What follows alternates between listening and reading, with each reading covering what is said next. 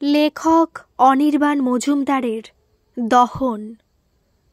বিছানায় আধশোয়া হয়ে নন্দিনী ম্যাগাজিনের পাতাটা ওল্টাচ্ছিল। নিলয় আয়নার সামনে দাঁড়িয়ে গোটা শরীরে তখন ডিও লাগাচ্ছিল। নন্দিনী ভ্রুটা কুঁচকে নিবিষ্ট চিত্তে ম্যাগাজিনের পাতাটা উল্টে যাচ্ছিল। নিলয় লাফ দিয়ে খাটে উঠল। উফ, কি করছো কি নিলয়?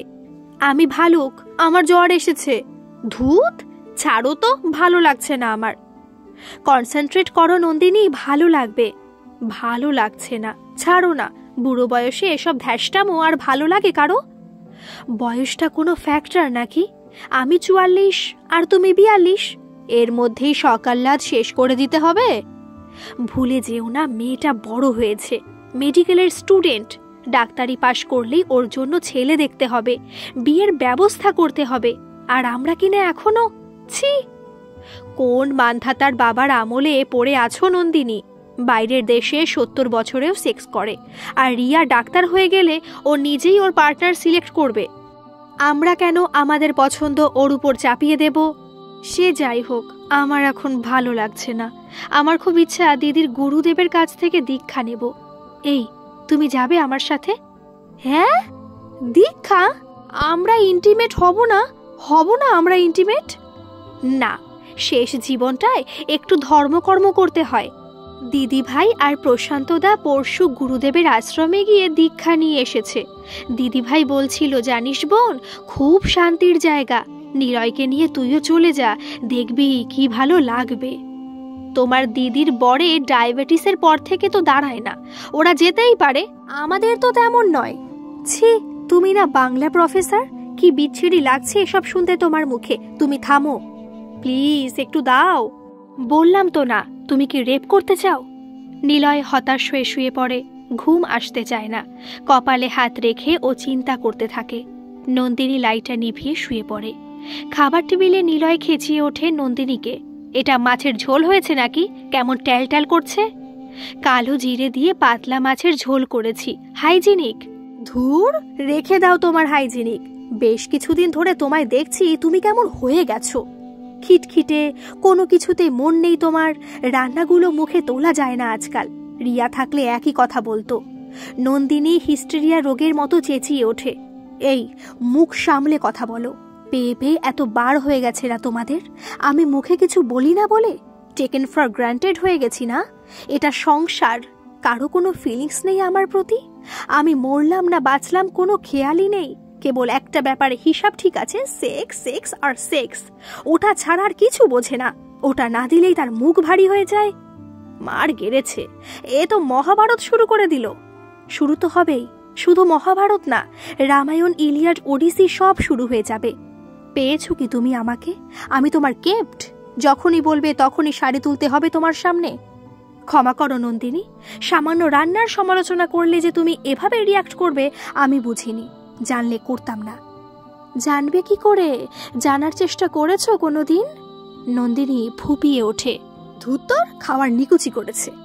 খাবার ফেলে উঠবে না বলে দিচ্ছি, মা লক্ষ্মী রাগ করেন তাতে। ধুত্তর, তুমি তোমার মা লক্ষ্মীকে নিয়ে থাকো। নিলয় থালাটা ঠেলে ফেলে উঠে যায়। নিতা মানে নন্দিনীর দিদি নন্দিনীদের বাড়ি এসেছে। দিদি ভাই, তোরা কি এখন নিরামিষ খাচ্ছিস? হ্যাঁ, প্রথম অসুবিধা হচ্ছিল, এখন অভ্যেস হয়ে গেছে। আমারও জানিস, মাছ খেতে এখন ভালো লাগে না, কেমন যেন আষ্টে গন্ধ লাগে। তোকে তো বললাম যে দীক্ষাটা নিয়ে নে, শুনলি না।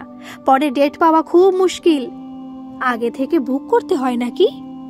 তবে না তো কি, গেলেই সঙ্গে সঙ্গে দীক্ষা দিয়ে দেবে নাকি?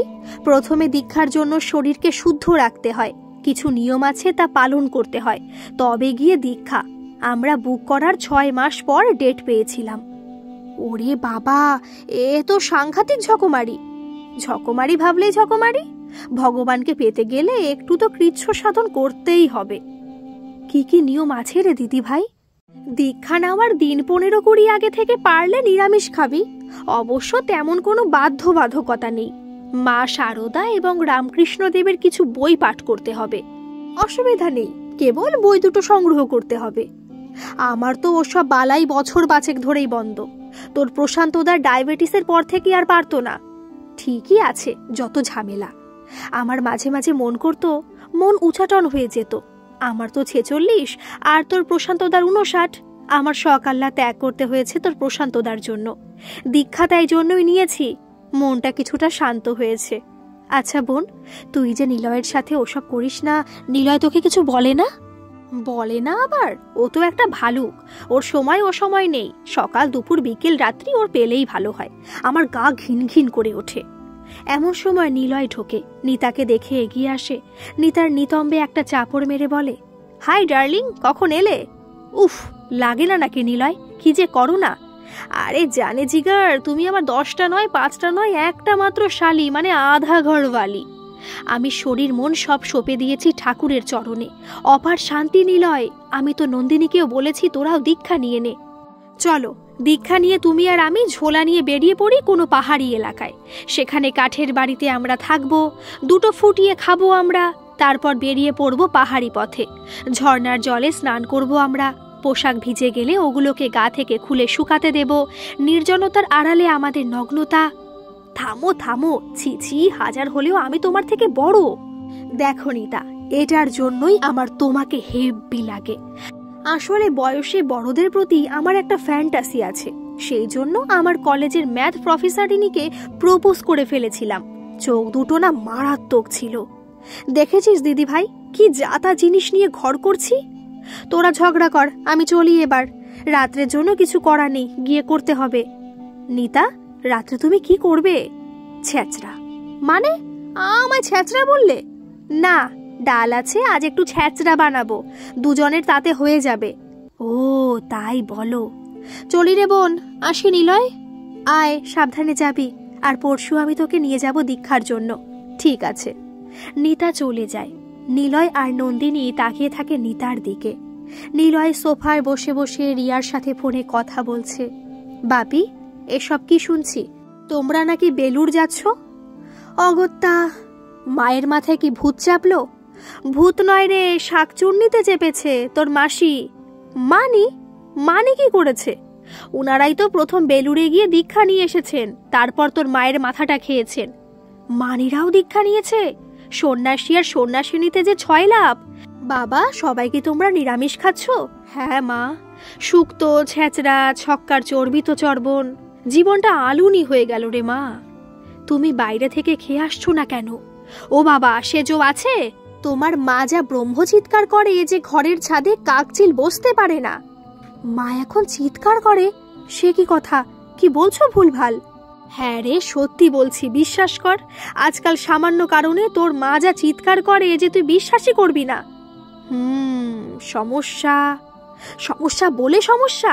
এদিকে আমার না থাক। তোমার খুব কষ্ট হচ্ছে না বাপি? ভেবো না, সব ঠিক হয়ে যাবে। তোর পড়াশোনা কেমন চলছে বল? ভালো। নিজের খেয়াল রাখিস মা। রাখবো, তুমিও নিজের খেয়াল রাখবে, তার সাথে মায়েরও। আচ্ছা রাখছি। এই শোন না, আরো কিছুক্ষণ দুজনের মধ্যে কথা হয়। ফোনে কথা হবার পর নিলয় চিন্তাক্লিষ্ট হয়ে পড়ে। নন্দিনী রাস্তা দিয়ে হেঁটে চলেছে। দূর থেকে কোট প্যান্ট পরিহিত চশমা চোখে এক আগন্তুককে আসতে দেখা গেল। আগন্তুক নন্দিনীর কাছে এসে নন্দিনীকে দেখে থমকে দাঁড়িয়ে গেল। আরে নন্দিনী না? আপনি? মানে আরে তুই তো বিকাশ। যাক, চিনতে পারলি। না চেনারই কথা, প্রায় 20 বছর পর দেখা। পুরো বদলে গেছিস। তোর ওই হেরে গলাটার জন্য তোকে চিনতে পারলাম। যা বলেছিস। তবে তুই কিন্তু একটুও পাল্টাসনি, একই রয়ে গেছিস, সেই খুকুমণিটি। বুড়ি হতে চললাম, মেয়ে মেডিকেল ফাইনাল ইয়ার। বিশ্বাস কর, তোকে কিন্তু বোঝাই যায় না তুই 40+। বার খাওয়াস না। তোর কথা বল, তুই আছিস কোথায়? কি করছিস? বিয়ে তো নিশ্চয়ই হয়েছে। ছেলে মেয়ে কটি? ওরে বাবা, তুই তো রেলগাড়ি চালিয়ে দিলি। দাঁড়া দাঁড়া, আমি এখন রোমের রোমিও, ইটালিতে থাকি। বিয়ে শাদী করিনি। ও বড় হ্যাপা। দিব্যি আছি, ঝাড়া হাত পা। বেশ আছিস বল? হ্যাঁ, তা ভালোই আছি। মাসখানেক রয়েছি। আসিস আমার বাসায়, জমিয়ে গল্প করব। কলেজের দিনগুলোর কথা মনে পড়ে বিকাশ? মনে পড়ে না আবার? খুব মনে পড়ে। তুই, আমি, চন্দ্রিল, মধুচ্ছন্দা, উফ, সে একদিন গেছে। চন্দ্রিলের সাথে যোগাযোগ আছে তোর? কেমন আছে ও? ভালোই আছে, টিসিএসে রয়েছে এখন। গেল বছর ওর বউ মারা গেছে। ওর সাথে কথা বলবি? দাঁড়া, ফোন করছি। ও কোথায় আছে এখন? আহমেদাবাদ। থাক, ফোন করতে হবে না, নাম্বারটা দে, আমি ফোন করে নেব। ওকে। বিকাশ ওর আর চন্দ্রিলের নম্বর নন্দিনীকে দিয়ে চলে যায়। নন্দিনী তাকিয়ে থাকে বিকাশের দিকে। নন্দিনী গুনগুন করতে করতে কিচেনে রান্না করতে থাকে। নিলয় সেদিকে তাকায়। কি ব্যাপার নন্দিনী, আজ দেখি রান্নাঘরে বেশ খুশবু ছড়িয়েছে। আমি তো কিছুই করি না তোমার জন্য। এই, আমি কি তাই বলেছি? ছাড়ো, যশ ভাগ্য আমার কোনো কালেই ছিল না। যাকগে, টেবিলে গিয়ে বসো। মটর পনিরটা হলেই ফ্রাইড রাইসের সাথে দিয়ে দেব। ডিলা গ্রান্ডি মেফিস্টোফেলিস। ন্যাকামো না করে যাও। ওকে মেরি জান। নিলয় ঘুমিয়ে পড়তেই মোবাইলটা নিয়ে নন্দিনী বারান্দায় বেরিয়ে আসে। চন্দ্রিলের নম্বরটা লাগায়। রিং হতে থাকে, তার সাথে পাল্লা দিয়ে নন্দিনীর ঘন ঘন শ্বাস পড়তে থাকে। রিং হতে হতে এক সময় থেমে যায়। নন্দিনী দাঁত দিয়ে ঠোঁটটা চেপে ধরে ফিরে আসে বেডরুমে। ঘুম আসতে চায় না নন্দিনীর। ঘুমের ওষুধ খেয়ে এসে শুয়ে পড়ে। পরদিন সকালে নিলয় অফিসে বেরিয়ে যাবার পর নন্দিনী ম্যাগাজিনের পাতা ওল্টাতে ওল্টাতে মোবাইলের দিকে তাকায়। হাতটা মোবাইলের দিকে বাড়াতে গিয়েও নিজেকে সংবরণ করে নেয় নন্দিনী। এই সময় মোবাইলটা বেজে ওঠে। চন্দ্রিলের ফোন। কিছুক্ষণ অপেক্ষা করে নন্দিনী কলটাকে রিসিভ করে। হ্যালো। হ্যাঁ, কে বলছেন? কাল ফোন এসেছিল এই নম্বর থেকে। আমি। কে? আমি নন্দিনী। তুমি? হ্যাঁ, আমি। কেমন আছো? ভালো। আর তুমি? ভালোই। বেশ। দূরত্ব এতটাই যে বিশ্বাস করে নিলে কথাটা। বিশ্বাস শব্দটাকে এখন বড় ভয় লাগে চন্দ্রিল। জানি তুমি আজও আমায় ক্ষমা করতে পারোনি নন্দিনী। ক্ষতের উপর সময়ের প্রলেপ পড়তে পড়তে কখন যেন ক্ষতটা বুঝে গেছে চন্দ্রিল। কোথায় আছো এখন? সল্ট লেকে। তোমাকে মাঝে মাঝে ফোন করতে পারি নন্দিনী? হ্যাঁ, খুব মনে পড়ে তোমায়। আমারই ভাগ্যের দোষে তোমায় আমি পেলাম না। চাকরিটা পাইনি তখনও। এদিকে তোমার বাবা তোমার বিয়ে ঠিক করে ফেলেছেন। আমি অসহায় হয়ে পড়েছিলাম। ছাড়ো সব কথা, বাদ দাও। বউয়ের কি হয়েছিল? Blood cancer. ছেলেপুলে আছে? না। বিয়ে করনি কেন? বাবা মা জোর করে এই বিয়েটা দিয়েছিলেন। আজ জোর করার কেউ নেই, তাই বিয়ে আর নয়। আমি যদি বলি বিয়ে করো, ঠিক তোমার মতো একজনকে খুঁজে দাও। কেন? যাকে বিয়ে করেছিলে তাকে কি আমার মতো দেখতে ছিল? তোমার হোয়াটসঅ্যাপ নম্বরটা দাও, নন্দিতার ছবিটা পাঠাচ্ছি। তোমার সাথে খুব মিল ছিল, তাই হয়তো তখন বিশ্বাস করলাম। তোমার বর আর মেয়ের কথা বলো। ওরা ভালোই আছে, ছোট সংসার, সুখী সংসার। তুমি সুখী তো নন্দিনী? হ্যাঁ। কেন, দুঃখী হলে তুমি কি উদ্ধার করে নিয়ে যেতে নাকি? সে বেশ হতো। আমি আর তুমি কোনো পাহাড়ের কোলে, কোনো গ্রামে বেশ থাকতাম। কাঠের বাড়ি হতো আমাদের, ট্রি হাউসের মতো। ফার্ম করতাম হাঁস মুরগির, চা বাগান থাকতো, পাহাড়ি ঝর্ণায় স্নান করতাম দুজনে। এবার ব্রেক দাও চন্দ্রিল। আমি ভেজা কাপড়ে থাকতে পারি না, ঠান্ডা লেগে যায়। সূর্য কিরণে শুকিয়ে নিতাম আমাদের পোশাক। খুব শখ না? একটা রাত দিতে পারো আমায় নন্দিনী? শুধু একটা রাত। ধ্যাত, কি ছেলে মানুষই হচ্ছে চন্দ্রিল। প্লিজ। মাথাটা গেছে তোমার? আমি রাখছি, কাজের মেয়ে এসে গেছে। রাখো, ফোনের অপেক্ষায় থাকলাম। আচ্ছা, বাই বাই। নন্দিনী গুনগুন করে গান গাইতে গাইতে কিচেনে কাজ করছে। নিলয় এই সময় সামনে এসে দাঁড়ায়।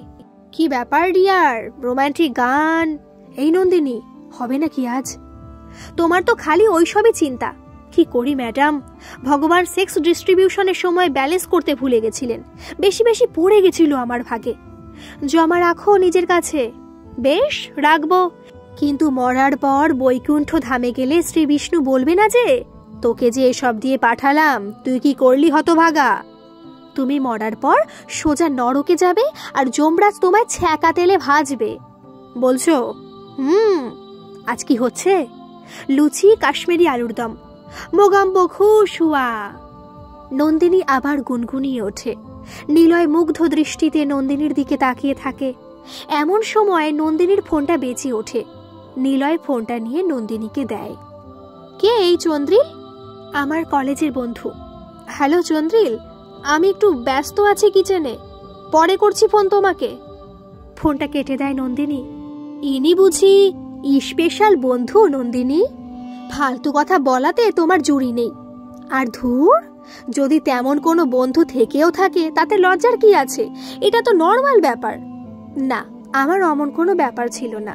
কলেজে আমাদের একটা গ্রুপ ছিল, বিকাশ, চন্দ্রিল, মধুছন্দা, আমরা সবাই একসাথে চলতাম। বটে। রাত্রে ডিনারের পর নন্দিনী অনেক দিন পর স্লিভলেস নাইটিটা পরে লাস্যময় ভঙ্গিতে খাটে বসে চন্দ্রিলকে ফোন করে। নিলয় পাশে শুয়ে নন্দিনীকে দেখতে থাকে। হ্যালো চন্দ্রিল। হ্যালো, কি করছো? এই যে সব সেরে সুরে এসে বসলাম। বর কোথায়? নন্দিনী নিলয়ের দিকে আর চোখে তাকিয়ে সহজ গলায় উত্তর দিল, এই তো পাশে, ওকে দেব? নিলয়, চন্দ্রিল তোমার সাথে কথা বলবে। নন্দিনী নিলয়ের হাতে ফোনটা ধরিয়ে দেয়। হ্যাঁ বলুন মশাই, কেমন আছেন? ভালোই। আপনার ভালো তো নিলয় বাবু? বিন্দাস। নিন, আপনার বন্ধুর সাথে কথা বলুন। নিলয় ফের ফোনটা নন্দিনীর হাতে ধরিয়ে দেয়। কথা বলা যাবে তো নন্দিনী? হ্যাঁ, ভাবছি এই ইস্টারে কলকাতায় আসবো। বেশ মজা হবে বলো। আগের মতো কলকাতায় চক্কর কাটবো তোমার সাথে। নিলয় হঠাৎ নন্দিনীকে জড়িয়ে ধরে ফোর প্লে আরম্ভ করে। নন্দিনী বাধা দেয় না। তুমি এত হাঁপাচ্ছ কেন নন্দিনী? আমার একটু শ্বাসকষ্টের মতো আছে, একটু ইনহেলার নিলেই ঠিক হয়ে যাবে। তাহলে তাড়াতাড়ি নিয়ে নাও, আমি বরং ছেড়ে দিচ্ছি।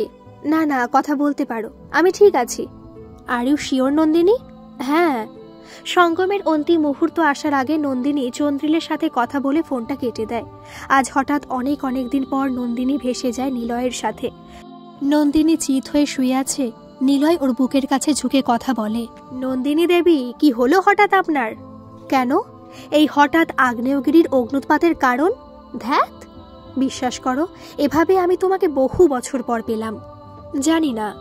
নিলয় একটা সিগারেট ধরিয়ে জানালার কাছে এসে দাঁড়িয়ে দাঁড়িয়ে দেখতে থাকে নন্দিনীকে। নন্দিনী বেশ কিছুক্ষণ চন্দ্রিলের সাথে ফোনে কথা বলার পর ফোনটা রেখে কাজের মেয়ে ইমলিকে বলে, ইমলি, দেখবি তো ঝাড়ু দেবার সময় বিছানার তলাটা? কেন বৌদি? দেখ না, কাল রাত্রি থেকে আমার ডান কানে দুলটা পাচ্ছি না।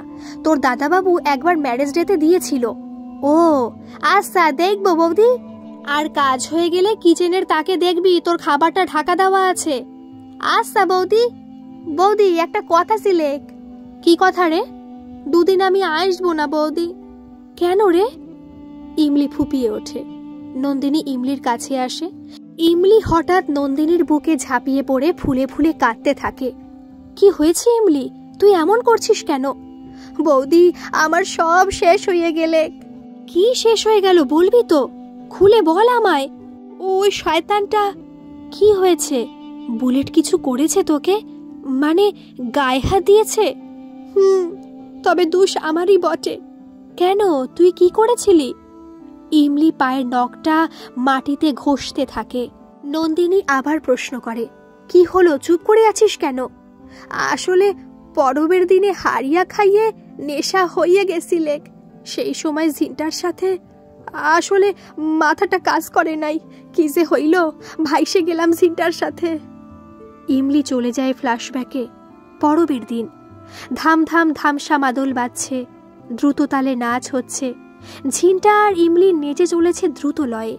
হারিয়ার প্রভাবে আর ফাগুনের বাতাসে ওদের ঝিম ধরা নেশা আসে। জড়ানো গলায় ঝিনটা বলে ওঠে, অমন কইরে ভালিস না ইমলি, আমার বুকে তুফান উঠে। কি করিতে ইচ্ছা নিছে নাগর? তোর রূপ দেখা ডায়ে বায়ের লোকগুলো অজ্ঞান হইয়া যায় রে সর্বনাশী। ও আচ্ছা, তোর কি হয় আমায় দেখে? আমি তো সেই সড়কের মেলাতে তোকে দেখে গুণ হইছি। হায় হায়, এই লোকটা আমায় ডাইনি বইলে গাল দিলেক রে। ঝিনটা হঠাৎ ইমলিকে পাজা কোলা করে নিয়ে যায় গভীর জঙ্গলে। শরীরে ডাকে শরীর হঠাৎ সাড়া দিয়ে ফেলে। ওরা সঙ্গমে মেতে ওঠে। সম্বিত ফেরে ইমলির, ও বর্তমানে ফিরে আসে। ফুলে ফুলে কাঁদতে থাকেও।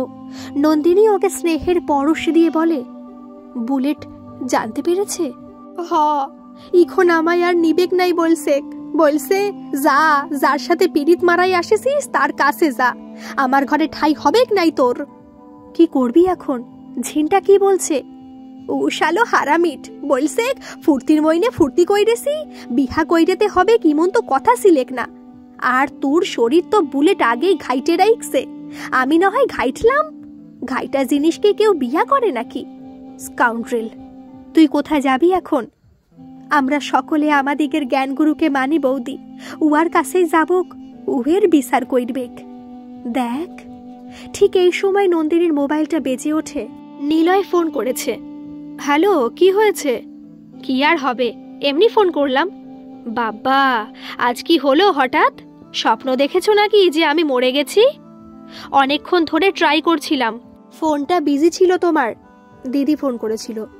এই, আজ বিকালে সিনেমা দেখতে যাবে রকিতে? শুনছি সিনেমাটা নাকি ভালো হয়েছে। কি সিনেমা? বর্ণপরিচয়। কি যাবে? অনলাইনে কেটে রাখবো টিকিট? কেটো, আমি ঠিক 4:45টায় রকির সামনে থাকবো।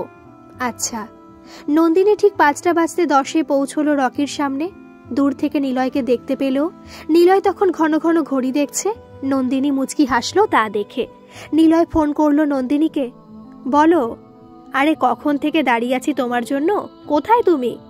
এই তো চলে এসেছি, সামনে তাকাও, দেখতে পাবে।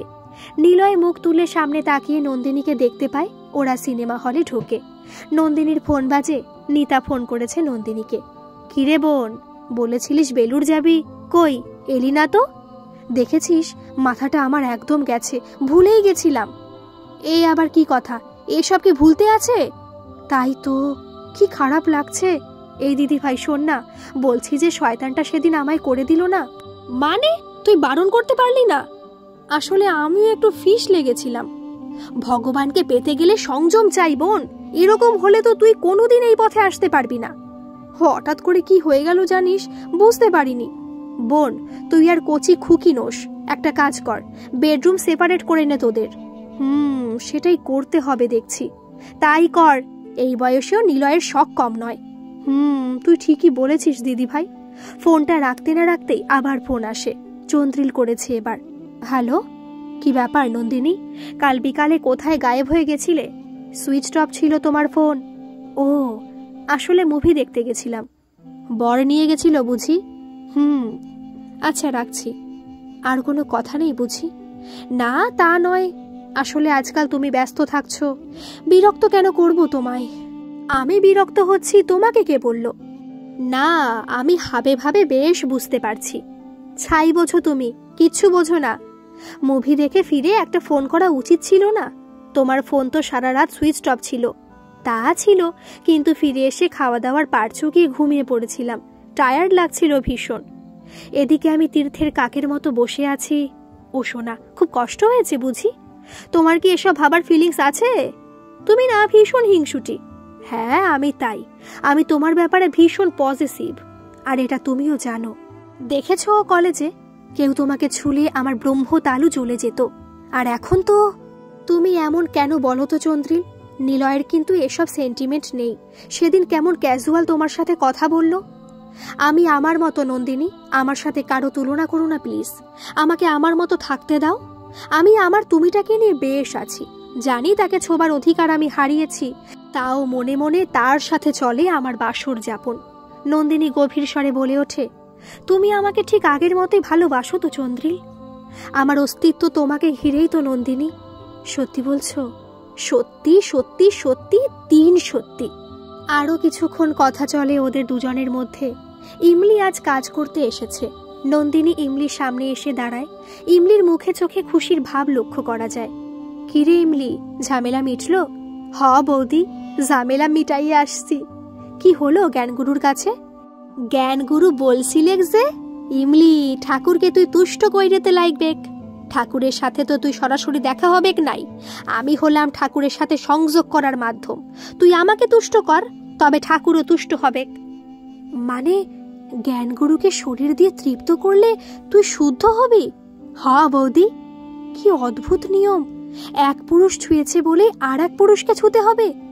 তা তুই তুষ্ট করলি জ্ঞানগুরুকে? না বৌদি, বুলেট কইরতে দেয় নাই আমাকে। আমি কাঁদছিলাম দেখে ও সবার সামনে আবার আমায় গ্রহণ কইলে। আমিও কিরা দিছি ওকে যে এমন আর কোনো দিন হবেক নাই। বাহ, সাবাস। আজ নিলয় কিচেনে ঢুকেছে, ছুটি নিয়েছে ও অফিস থেকে। আজ ও রান্না করবে, স্পেশাল মেনু করবে ও। পদটার নাম রেখেছে ও কিচেন চিকেন। চিকেনের পিসগুলো ধুয়ে গরম জলে মিনিট 7 সিদ্ধ করে নিয়ে ও কড়াইয়ে ঘি ঢালে বিনা তেলে রান্না করবে ও। ঘি গরম হয়ে যাবার পর চিকেনের পিসগুলোতে লঙ্কা গুঁড়ো আর নুন মিশিয়ে কড়াইয়ে ঢেলে মিনিট 10 সাঁতলে মিক্সিতে পেশা আদা পেঁয়াজ রসুনের পেস্টটাকে ঘিয়ে ভেজে নিয়ে ঢেলে দেয় মাংসের মধ্যে। খুন্তি দিয়ে মশলাটা মাংসের মধ্যে মিশিয়ে দিয়ে কষতে দেয় মাংসকে। এরপর হাফ কাপ জল মিশিয়ে গরম মশলা গুঁড়ো আর ধনেপাতা কুচি মেশায়। অল্প পরিমাণে টমেটো সস মেশায় মাংসে। এরপর কড়াইতে ঢাকনা লাগিয়ে ঢিমে আঁচে বসিয়ে রাখে মাংস। নামানোর আগে অল্প করে কসুরি মেথি ছড়িয়ে দেয় নিলয়। গন্ধে ম করতে থাকে। কি কাণ্ড, সূর্য নির্ঘাত আজ পশ্চিম দিক থেকে উঠেছে। কেন, আমি কি একদিন আমার বউকে রান্না করে খাওয়াতে পারি না? জন্মে তো দেখিনি এসব। এটা আমার নতুন জন্ম। এ জন্মে আমি রাঁধুনি। কি দারুণ গন্ধ বেরিয়েছে দেখো। তেল মশলা শ্রাদ্ধ হয়েছে বোঝা যাচ্ছে। নো তেল আর নো হলুদ। This is special menu for my special person. খাঁটি গব্ভ ঘৃতে রান্না হয়েছে। ও বাবা, ইয়েস ডিয়ার, আমি এটার একটা নাম রেখেছি, কিচেন চিকেন। চেটে পুটে মাংস খেয়ে নন্দিনী বলে উঠল, ডিলা গ্রান্ডি। নিলয় সম্পূর্ণ করল কথাটা, মেফিস্টোফিলিস। এদিকে চন্দ্রিল ইস্টারের ছুটিতে কলকাতা এসেছে। নন্দিনীর জন্যই আশা। আবার ভালোবাসায় সে ভরিয়ে দিতে চায় নন্দিনীকে। কলেজ জীবনে 2-4টে চুমু ছাড়া ওদের সেই অর্থে শারীরিক মিলন হয়নি। চন্দ্রিল ভীষণভাবে কাছে পেতে চায় নন্দিনীকে। ভেসে যেতে চায় সে নন্দিনীর সাথে। এই, আমি কলকাতায় এসেছি। কবে এলে? এই তো এখনই পৌঁছালাম। কখন দেখা হবে তোমার সাথে? কোথায় দেখা করবে? লাক্সারে চলে এসো, আমি এখানেই উঠেছি। এখানকার ফুডিং বেশ ভালোই, জমিয়ে লাঞ্চ করা যাবে। ওকে, কাল তাহলে 1টার সময় দেখা হবে। ওকে, বাই বাই। লাক্সার হোটেলে নির্ধারিত সময় পৌঁছে যায় নন্দিনী। লাঞ্চ করতে করতে কথা এগোতে থাকে ওদের। তুমি এখনো তেমনই আছো নন্দিনী, একটুও টসকাওনি। তুমিও আগের মতোই রয়েছো, কেবল চুলটা পাতলা হয়েছে। হ্যাঁ, টাক পড়তে আর বেশি দেরি নেই। টাকলু, এই নন্দিনী, ভীষণ ভীষণ ভাবে তোমাকে কাছে পেতে ইচ্ছে করছে। আমি তো তোমার কাছেই আছি। না, ওরম নয়, আমি তোমায় নিজের করে পেতে চাই Nandini. Do you want to sex with me? এই শরীরটা তোমার শরীরের সাথে মিশতে চাই নন্দিনী। পারবে না নন্দিনী, শুধু একটিবারের জন্য? আমি কি ম্যাগি যে 2 মিনিটে তৈরি হয়ে যাব? প্লিজ নন্দিনী, আমার জ্বর আসে প্রতি রাতে তোমার জন্য। পাগলামি করো না চন্দ্রিল। কেন, কি হবে একবারের জন্য? শেষ কথাটা একটু জোরে বলে ফেলেছিল চন্দ্রিল। পিছনের টেবিলে একজন কালো চশমা পরিহিত পাঞ্জাবি ভদ্রলোক ঘুরে তাকায় ওদের দিকে। নন্দিনী রেগে মেগে বেরিয়ে যায়। চন্দ্রিলও সাথে সাথে যায়। লিফটের কাছে ফাঁকা জায়গা পেয়ে চন্দ্রিল চেপে ধরে নন্দিনীকে। নন্দিনী ছাড়ানোর চেষ্টা করে নিজেকে। কি হচ্ছে চন্দ্রিল, ছাড়ো আমাকে। না না, আমি ছাড়বো না। আমার রুমে চলো প্লিজ, নইলে আমি পাগল হয়ে যাব। তোমার গন্ধটা আমায় মাখতে দাও নন্দিনী। আরেও সিক চন্দ্রিল, কেউ এসে পড়বে এখনই। কি অসভ্যতা হচ্ছে। আসুক, আমি ছাড়বো না। আজ যদি চলে যাও, আমি কিন্তু তোমার লেখা সব চিঠিগুলো পাঠিয়ে দেব তোমার হাজবেন্ডের কাছে, আর তোমার আমার অন্তরঙ্গ ফটোটাও পাঠিয়ে দেব। তুমি কি ব্ল্যাকমেল করছো আমার সাথে? হ্যাঁ, আমি ব্ল্যাকমেল করছি। কেন বুঝতে পারছো না? তোমাকে আমার দরকার। এমন সময় ওই পাঞ্জাবি ভদ্রলোক ওদের সামনে এগিয়ে আসে। বাবুজি, ম্যাডামকে ছাড়িয়ে দিন। Mind your own business. বিজনেসই তো সামলাতে আসিয়াছি। Get lost. পাঞ্জাবি ভদ্রলোক আর কথা না বাড়িয়ে চন্দ্রিলকে ঘাড় ধরে লিফটে চাপিয়ে দিল। শুক্রিয়া সর্দারজি। ম্যাডাম চলেন, আমি আপনাকে ঘরে ড্রপ করে দিই। না না, ঠিক আছে, আমি চলে যেতে পারবো। অপরিচিত আদমিকে বিশ্বাস করে দেখেন একবার। আপনার দোস্তের মাফিক আমি আপনাকে লজ্জিত করব না, এটা গ্যারান্টি সহ বলিতে পারি। না না, সেটা নয়, আমি চলে যাব। আপনাকে কষ্ট করে আর যেতে হবে না। ম্যাডাম বুঝছেন না কেন? ও আদমি তো ফির আসিতে পারে। চলেন চলেন। নিরুপায় হয়ে নন্দিনী সর্দারজিকে অনুসরণ করে। সর্দারজি গাড়ি করে নন্দিনীকে বাড়ির সামনে নামিয়ে দেয়। শুক্রিয়া সর্দারজি, বহুত মেহেরবানি আপকি। চলেন ম্যাডাম, আপনার হাজবেন্ডের সাথে আলাপ করিয়ে আসি। কেন? ইতনা খুবসুরত ওয়াইফ কো ছাড়িয়া রাখিয়েছেন বুদ্ধু কি মাফিক। Mind your language. আমার স্বামী আমায় ভরসা করেন। চলো, ও ভি ঠিক হে, ফির ভি যা ঘটলো লাক্সারে ও বাতানা পারেগা না উসে। আপনিও ব্ল্যাকমেল করছেন? তার মানে রক্ষক কি ভক্ষক? গেট লস্ট ফ্রম হিয়ার, নইলে আমি লোক ডাকবো। আচ্ছা আচ্ছা ম্যাডাম, আমি যাচ্ছি। নন্দিনী এসে ঘরে ঢোকে, বিছানায় এসে বালিশে মুখ গুজে কাঁদতে থাকে। কার উপর দুঃখ বা কার উপর রাগ তা সে সময় বুঝতে পারে না নন্দিনী। নিলয় অফিস থেকে ফিরে ঘর অন্ধকার দেখে অবাক হয়ে যায়। আলোটা জ্বালিয়ে দেয় ও। নন্দিনীর কাছে এসে দাঁড়ায় নিলয়। কি হয়েছে নন্দিনী? তুমি ভর সন্ধেবেলায় এমন করে শুয়ে আছো কেন? বাইরে যাবার কাপড়টাও ছাড়োনি। এমনি। নন্দিনীর মুখটা তুলে ধরে নিলয়। কি হয়েছে নন্দিনী, সত্যি করে বলো। ফুপিয়ে উঠে নন্দিনী বলে, আমাকে তুমি শক্ত করে জড়িয়ে ধরবে নিলয়, একটু বেঁধে বেঁধে থাকবে আমার সাথে। ধুর পাগলি, আমি তো তোমার সাথেই আছি। তুমি আমার কে জানো? এই ধরো, তুমি না থাকা মানে সামনে রাশি রাশি খাবার পড়ে আছে আর খিদেও লেগেছে ভীষণ, কিন্তু খেতে গিয়ে দেখি খাবারগুলোতে নুন নেই। তুমি তো আমার বিশ্বাস নন্দিনী। কেন বলো তো? ধরো তোমায় দেখলাম ছাতা মাথায় অন্য কারো সাথে যেতে, মনে হবে চেনা কেউ হয়তো। আমি হলে ছাতাটাই খুলতো না, আমার সাথে বৃষ্টিতে ভিজতো। তুমি যে আমার নারী, নারী, তুমি আমার ঈশ্বর। নিলয় রিয়ার কাছ থেকে ফোনে জেনেছিল মেয়েদের মিড 40 ক্রাইসিসটা। এই সময় মেনোপজ হয়ে থাকে মেয়েদের, অর্থাৎ অনিয়মিত ঋতুস্রাব। খিটখিটে হয়ে যায় তারা, তাদের মনে হয় তারা ফুরিয়ে যাচ্ছে। এর জন্যই তৈরি হয় ক্রাইসিস। সেই জন্যই পুরনো প্রেমকে ঝালিয়ে দেখছিল নন্দিনী। সে ফুরিয়ে যায়নি তো। তাই নিলয় নন্দিনীকে বেশি করে সময় দিচ্ছিল। সিনেমা দেখতে নিয়ে যাওয়া বা রান্না করা এসবই ছিল নিলয় এবং রিয়ার পরিকল্পনার ফসল। ওদের মধ্যে দূরত্বটাকে এভাবে মিটিয়ে নেবার চেষ্টা করছিল নিলয়েরা। নিলয় সব জানত, কারণ নন্দিনীর ফোনে রেকর্ড অপশানটি নিলয় অন করে রেখেছিল। ফলে নন্দিনীর প্রতিটি ফোন কলের রেকর্ড শুনে নিত সে নন্দিনীর অগোচরে। নিলয় প্রথম বুঝতে পারে নন্দিনী যখন ফোন করতে করতে ওর সাথে সেক্স করছিল সেদিনই, কারণ মনের দিক থেকেও চন্দ্রিলের সাথে ছিল। নিলয়ের মাধ্যমে কেবল শারীরিক ক্ষুধা মেটাচ্ছিল নন্দিনী। নিলয় এটা ধরতে পেরেছিল। নিলয় আষ্টে পিষ্টে জড়িয়ে ধরেছিল তখন নন্দিনীকে। এদিকে নিলয়ের কলেজের ব্যাগের একটা কোণে তখন পড়ে আছে পাগড়ি, নকল দাড়ি, গোঁফ আর কালো চশমাটি। গল্পটি কেমন লাগলো প্লিজ একটা কমেন্ট করে জানাবেন। আর গল্পটি যদি ভালো লাগে একটা সাবস্ক্রাইব করে আমার পাশে থাকবেন। ধন্যবাদ।